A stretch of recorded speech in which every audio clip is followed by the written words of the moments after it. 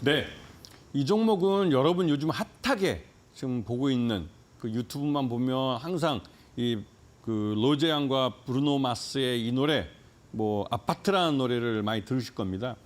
이게 지난주에 제가 이 방송, 그러니까 아침 방송에 나와서 그날 시황 오전 개장초에 대해 설명할 때 이 로제와 브루노 마스의 협업곡인 이 아파트에 대해서 말씀을 드렸습니다. 그러면서 이 YG 이 YG 뭐죠? 이 회사 이름이?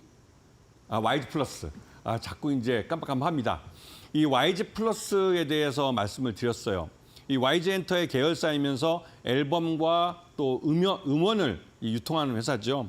근데 이 회사는 이 하이브의 아티스트들의 국내 음원과 이 앨범의 판권도 갖고 있습니다. 이 부분을 많이 놓치시는 분들이 있는데요.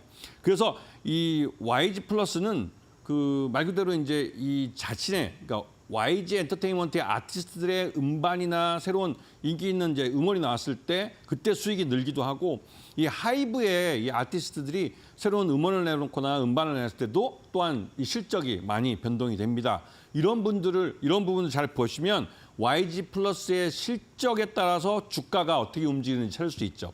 요번 같은 경우가 가장 대표적인데, 이 YG 플러스가 이 로제와 브루노 마스의 협업곡인 아파트라는 노래를 18일 날 금요일 날 내놨습니다. 그날 싱글 앨범으로 이거를 공개를 했는데요. 그리고 나서 토요일, 일요일 동안 저도 이제 반백의 나이지만 저도 인터넷에서 이 노래를 접했습니다. 그리고 나서 딱 첫 느낌이 그거였어요. 이거 여자 싸인데? 라는 느낌이 들었습니다. 아니다 그러니까 이게 국내뿐만 아니라 해외 음원 차트를 완전히 평정해버렸습니다.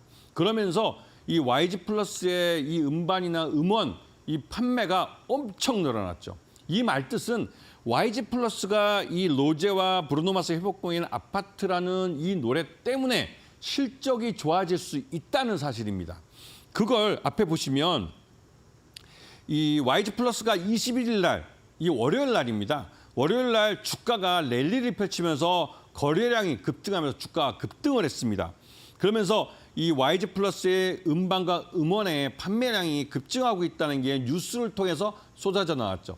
그래서 많은 투자자들이 이러한 뉴스를 접하면서 추격 매수에 가담했습니다. 그러면서 YG 플러스가 주가가 6,000원대까지 바로 수직 상승해버렸죠.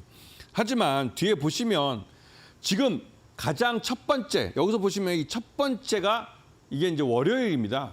그 직전에 보시면 이 장대 항봉으로 상상해서 올라가는 걸 볼 수가 있는데요. 세 번째 날 지금 보시면 가장 긴 십자형 도지라고 하는데요. 이 차트가 나타나고 나서 가장 긴 거래량이 가장 긴 장대 항봉이 나타났습니다. 그리고 나서 이틀 더 그러니까 주가가 급등을 하면서 이제는 거래량이 급감을 하면서 이제는 단기적으로 이건 뭐 상투에 올랐다라고 생각하는 시점에 어저께 또 한 번 장대 항봉이 나와줬죠. 그러면서 거래량도 실려줬습니다. 그리고 오늘 장에서 차익 실현 매물이 나오면서 한 4, 5% 정도 장중에 주가가 빠지는 것들을 제가 볼 수가 있었죠.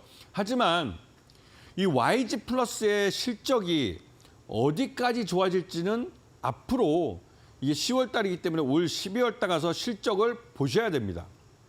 근데 그 사이에도 계속 이 로제와 브루노 마스의 이 아파트라는 협업곡은 계속 방송을 탈 거고, 방송을 타면서 계속 시장에 이러한 뉴스들이 계속 흘러 퍼질 겁니다. 그렇게 되면 새로운 투자자들이 또 들어와서 사게 되죠. 그리고 YG 플러스는 그 전과 다르게 그 실적이 그 예전과 다른 실적을 보여줄 가능성이 큽니다. 그렇게 되면 YG 플러스의 실적에 따른 주가가 나타나게 되죠. 중간에 오늘같이 음봉이 나와서 주가 한번 밀려 내려왔다 할지라도 이 종목은 그 YG 플러스 같은 경우는 실적에 따른 주가 반응이 반영이 나타날 가능성이 큽니다. 그렇기 때문에 물론 이게 단기적으로 수직 급등을 했기 때문에 이 회사에 대해서 다시 매수하는 건 웬만한 강심장 아니면 쉽지 않은 일이죠. 하지만 이 YG 플러스 결국은 실적대로 주가는 가게 돼 있습니다. 그렇기 때문에 요번에 이게 좀 흘러내렸을 때 한 번 더 관심을 갖고 보시면 이렇게 이 실질적으로 주가를 움직일 수 있는 재료, 즉 로제와 브루노 마스라는 이 아티스트들의 협업, 이걸 통해서 나온 결과물인 아파트라는 게 국내뿐만 아니라 해외 차트도 모두 평정할 만큼 인기를 얻고 있다는 이 사실. 그렇게 하면서 자연스럽게 YG 플러스가 이 음반과 음원을 유통하면서 돈을 벌고 있다는 사실. 이런 부분들을 잘 확인해 보시면 충분히 수익을 내는 기회를 잡으실 수 있을 겁니다. 특히나 YG 플러스가 한 2년 전인가요? 그때 가장 최고점이 1,950원이었습니다. 요번에 YG 플러스가 이러한 실적 개선을 12월 달에 확인시켜주고 내년 1월 달로 넘어가게 되면 실질적으로 이 로제의 그 앨범이 요번에 이제 완전체로 이제 그 판매가 되기 시작하는데 그렇게 되면 더 많은 수익이 나올 가능성이 큰 것이죠. 그렇기 때문에 YG 플러스의 실적이 어떻게 나올 것인가 이 부분, 즉 내년 그 상반기에 2월 달 정도 1월 말이나 그때 이 2024년 YG 플러스의 실적이 발표될 때 이 YG 플러스는 아마도 이 사상 최고가를 한번 벗기고 올라가지 않을까라는 그런 기대감을 갖게 하고 있는 그런 상황이죠. 그렇기 때문에 이 기술적 분석을 통해서 앞에 차트를 보고 여러분도 이제 아시겠지만 단순히 주가가 단기간 급등했다고 해서 이게 뭐 무섭다고 그 추격 매수하기 무섭다라고 보기보다는 이 회사가 그렇게 단기간에 기업 가치가 확 바뀔 만한 어떠한 이벤트, 모멘텀을 갖고 있다라는 점을 주의 깊게 보셔야 되는 것이죠. 그렇게 해서 기본적 분석과 기술적 분석을 함께 한 투자자들은 용기 있게 지를 수가 있습니다. 그렇게 해서 이 종목을 확실히 잡고 여기서부터 더 이제 정고점까지 주가가 더 갈 수 있다고 판단이 된다면 물론 이건 실적이 그만큼 나온다는 걸 전제를 하는 겁니다. 그래서 그러한 실적에 대한 부분이 YG 플러스가 확실하게 이전과 다른 부분을 보여준다면 이번에 사상 최고가를 한번 벗기고 올라가지 않을까라는 생각이 좀 듭니다. 자, 그리고 지금 YG 플러스에 대해서 제가 여러분에게 한번 저 같으면 어떤 식으로 전략을 갖고 접근할 것인가에 대해서 말씀드린다면 일단 매수가는 지금 현재 주가가 앞에 보시면 아시겠지만 이 단기적으로 급등을 했기 때문에 이게 6,000원이 넘어갔다가 오늘 6,500원인가 정도에 끝난 걸로 알고 있습니다. 그런데 이 회사가 기본적으로 지금 현재 실적이 좋아질 거라는 것을 전제해서 약 한 5,000원 정도를 매수가로 생각해서 왜냐면 대부분 이렇게 급등한 종목들은 그 차익 실현 매물이 나오면 급등한 가격의 한 반 정도까지는 가격 조정을 받습니다. 그런 면에서 5,000원부터는 매수하면서 매수 단가를 최대한 낮춰가는 즉 분할 매매로 대응을 해서 매수 단가를 가지고 낮추면서 수량을 늘려가는 방식으로 접근을 하고 그 이후에 이 YG 플러스의 실적이 개선됐다는 것들이 시장을 통해서 알려지고 관련된 뉴스가 나오면 그거를 반영해 주가가 오를 때 다시 또 이제 주가를 목표가 기존의 최고점이었던 그 부분을 벗기고 올라간 11,000원 정도까지 예상해 볼 수가 있을 것 같습니다. 그리고 물론 5,000원이 깨고 내려갔을 때 이러한 기대감에 못 미치는 실적을 낼 것 같다라는 우려감 때문에 매물이 많이 나온다면 일단 4,000원 정도를 손절매 가격으로 산정해 볼 수가 있겠죠. 자, 그리고 이제 다음 종목은 이게 이제 TA 홀딩스라는 회사인데요. 지주회사입니다. 이 회사는 지금 현재 핫한 M&A 종목 중에 한 곳이죠. 특히나 이 회사 같은 경우는 최대 주주가 예림당이라는 아동도서를 만드는 회사인데 그 회사와 이 항공사라는 게 전혀 이질적인 회사이다 보니 중간에 티웨이 홀딩스라는 회사를 통해서 중간 지주회사를 통해서 이 항공사를 지배하는 형태를 갖고 있습니다. 그래서 지금 이 티웨이 홀딩스라는 회사의 경영권을 가져가게 되면 티웨이 항공사의 최대 주주가 되는 것이죠. 그런데 지금 문제는 이 대명소노그룹이 이 티웨이 항공의 2대 주주가 됐습니다.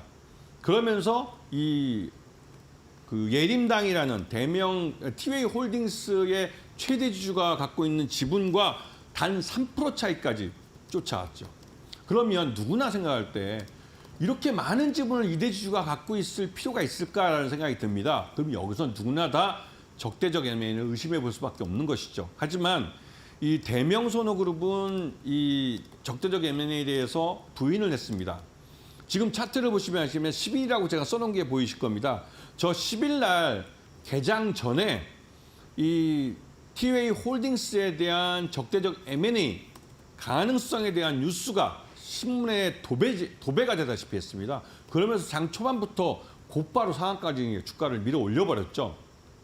그리고 그 다음 날 11일 날 이 대명 소노그룹은 바로 적극적으로 적대적 M&A를 할 생각이 없다라고 공식을 했습니다. 그 언론을 통해서 보도를 했습니다. 그러면서 그 이후에 주가가 계속 흘러내렸지만 최근 25일 날 다시 또 이 시장 내에서 M&A 종목들이 급등을 했고 특히나 한미사이언스 같은 종목이 대형주가 급등을 하면서 그리고 이 아까 말씀드렸던 이 고려 아연 같은 회사가 주가가 뭐 이 지분 대결로 가면서 주가가 우장창 치고 올라가면서 당연히 이 적대적 M&A 가능성이 있는 이 종목도 25일 날 주가가 급등하는 모습을 보여줬죠. 그렇기 때문에 이 TA 홀딩스라는 회사는 이 그러니까 대명 소노그룹과 예림당이 한쪽 예림당은 자기가 갖고 있는 이 경영권을 지키려고 하는 쪽이고 대명 소노는 이 항공업에 진출하기를 희망하는 회사로서 TA 홀딩스를 호시탐탐 노린다고 볼 수가 있는 것이죠. 그런 회사이기 때문에 지금 이 주가 흐름을 가만히 보시면 적대적 M&A로 지분 경쟁을 벌인다면 지금 뭐 고려아연처럼 주가가 천정부지로 올라가겠지만 아직까지 이 대명 소노그룹 측에서 적대적 M&A에 대해서 부인하고 있습니다. 왜 그럴까요? 대명 소노그룹은 이번에 소노인터내셔널이라는 핵심적인 계열사가 상장을 준비하고 있습니다. 그 IPO를 통해서 공모자금을 꽤 큰 돈을 가져갈 가능성이 크죠. 그렇게 되면 그 돈은 고스란히 이 M&A 자금으로 사용될 수 있습니다. 지금 현재 대명 소노그룹은 이 티웨이 홀딩스뿐만 아니라 이 에어 프리미어라는 그 비상장 기업 항공사도 2대 주주로 이름을 올리고 있습니다. 그리고 이 두 회사를 모두 인수해서 합병을 할 경우에는 매출 1조짜리 항공사의 그 경영권을 가져갈 수도 있는 그런 상황이죠. 그렇기 때문에 아마도 대명 소노그룹은 소노인터내셔널 회사를 IPO한 이후에 충분한 실탄을 갖고 이 티웨이 홀딩스와 또 장외업체이긴 하지만 이 에어 프리미어라는 회사를 한번 생각해 볼 가능성이 있다는 것이죠. 그래서 이런 티웨이 항공에 대한 중간 지주회사 성격인 티웨이 홀딩스와 결국은 티웨이 항공을 나중에는 합병을 시킬 가능성도 있습니다. 이러한 것들을 이제 생각해 보시면서 이 대명 소노그룹이 그 2대 지주로 올라오면서 26.77%라는 꽤 많은 지분을 가져가는 이유에 대해서 생각할 줄 아셔야 하는 것이죠. 자, 그래서 지금 이 고려아연이라는 시장에서 M&A 종목으로 이름을 알리고 있고 떨치고 있는 이 종목이 계속 시장 내에서 M&A라는 그 화두를 던지고 있기 때문에 이런 관련주들에 대해서는 한 번쯤 내 포트폴리오에 어느 정도 좀 담가놓는 것도 긴 안목에서는 좀 수익과 한 발 더 다가갈 수 있는 준비가 되지 않을까 그런 생각을 좀 해봅니다. 자, 그리고 마지막. 야, 이 종목은 아주 굉장히 길죠. 이게 한 3년치 차트입니다. 3년 동안 지금 보시게 되면 주가가 굉장히 많이 내려온 걸 보실 수 있습니다. 이렇게 보시면 이거 잡주 아닌가라고 말씀하시는 분도 있을 겁니다. 그런데 잡주라고 하기에는 주가가 꽤 비싸죠. 이게 최저가라고 해도 15만 6,900원짜리입니다. 최저가가. 그런데 3년 동안 이 회사의 주가가 내려오는 걸 가만히 보시면 항상 연말에 가까이 왔을 때 주가가 큰 폭으로 반등이 나온 걸 보실 수가 있습니다. 지금 매년 연말마다 한 번, 두 번, 세 번에 걸쳐서 3년에 걸쳐서 연말 근처에 가서 주가가 반등하는 걸 볼 수가 있죠. 이게 대표적으로 이 종목명을 딱 말씀드리면 아시겠지만 물론 이게 그림만 봐도 아시는 분도 있을 겁니다.